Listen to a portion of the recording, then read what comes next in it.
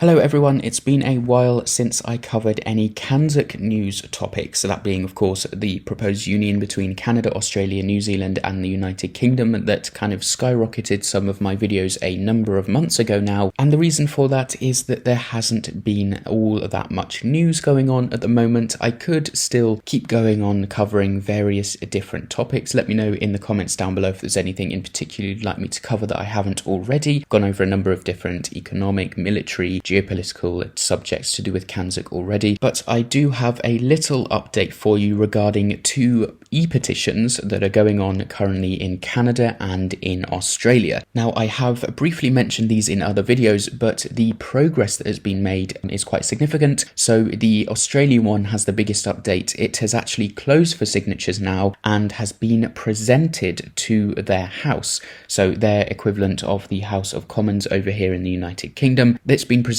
to them. It's not received any formal response yet. We don't know exactly when that's going to happen, but of course I'll keep you updated when it does. It launched calling upon the Australian government to explore closer ties with New Zealand, Canada and the UK, not calling for anything too specific. You know, with the UK petition, it very much jumped into the deep end and just said form a union. And that was a bit much for the government to kind of handle, so it just sort of dismissed that one. But this one lays out a few things such as launching formal consultations, exploring a security pact, labour mobility, mutual recognition of qualifications, promoting trade, lowering tariffs, developing a youth mobility initiative and recognising full free movement as a long-term objective. Things like this that are more tangible benefits that the government can focus on. So I do hope that we get a good response for this. It did amass 245 signatures, which was enough for it to be presented to the Australian House. It closed just over a month ago now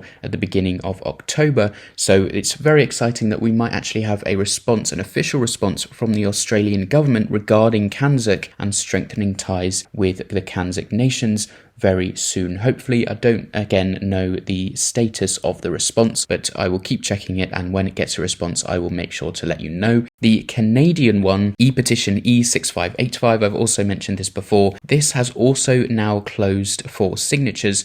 However, the Canadian e-petition website is not as open, it's not as transparent as the Australian one about giving the progress of the e-petition. So as you'll see, I'll put it up on screen. The Australian one has the petition status listed at the top by the title. It goes open, closed, presented, responded, and it tells you what stage the petition is at. The Canadian one does not do this, but it also closed for signatures around the middle of October, the 14th, I believe, and it amassed 1,874, and only 500 were required for it to progress and be presented to the House and to the committees, the various different committees, before it goes back and forth within the House over in Canada. So with any luck, this is being sponsored by a Canadian Member of Parliament, Evan Baker. I've mentioned this as well in the past, but hopefully we will see a response from the Canadian government around the same time as the Australian one. This would be really great to get this dual response. Hopefully they will be more positive than the British government's response here. But again, this one is not to do with specifically creating a union outright. It's about entering negotiations, creating a program, allowing graduates to freely travel, recognizing a long-term goal again of free movement, enhancing security ties. So it's all very, it's a very first step sort of petition here, and hopefully we can get some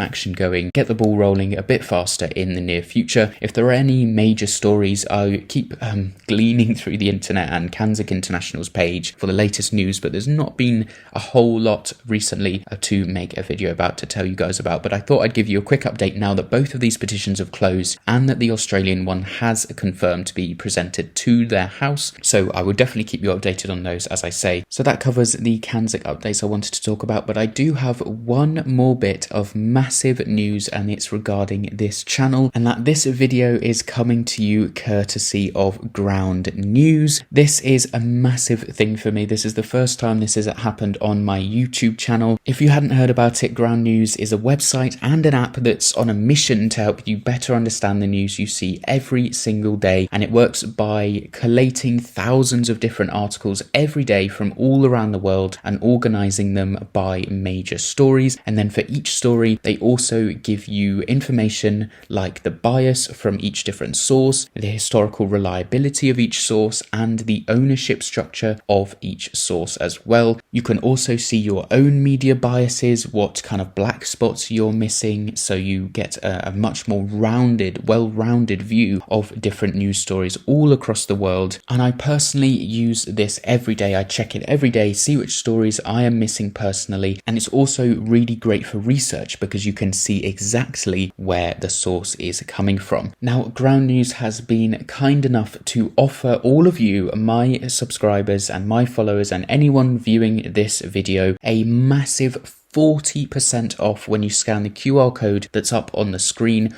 or clicking the link in the description down below and subscribing to Ground News. And it also really helps me out as well as my first sort of foray into this. Again, a massive thank you to Ground News for giving me this link, and thank you to all of you for making this possible. If you want to support me and to support unbiased journalism as well, click that link down below or scan the QR code to sign up. But just wanted to add that in at the end here. It's such an amazing opportunity and I couldn't have done it without all of you subscribers. So thank you very much indeed. I hope you've enjoyed this little update video to CANZUK's petitions, a couple of e-petitions here, Australia and Canada. Just thought I'd give you a little update as the well's been a bit dry on CANZUK news recently. So definitely thought it was worth an update. And of course, I'll update you when they get responses from the governments as well. But thank you very much for tuning into this video as always. If you liked it, like and subscribe, comment down below your thoughts and any other topics, as I say, if you want me to cover about CANZUK, and I will see you in the next one.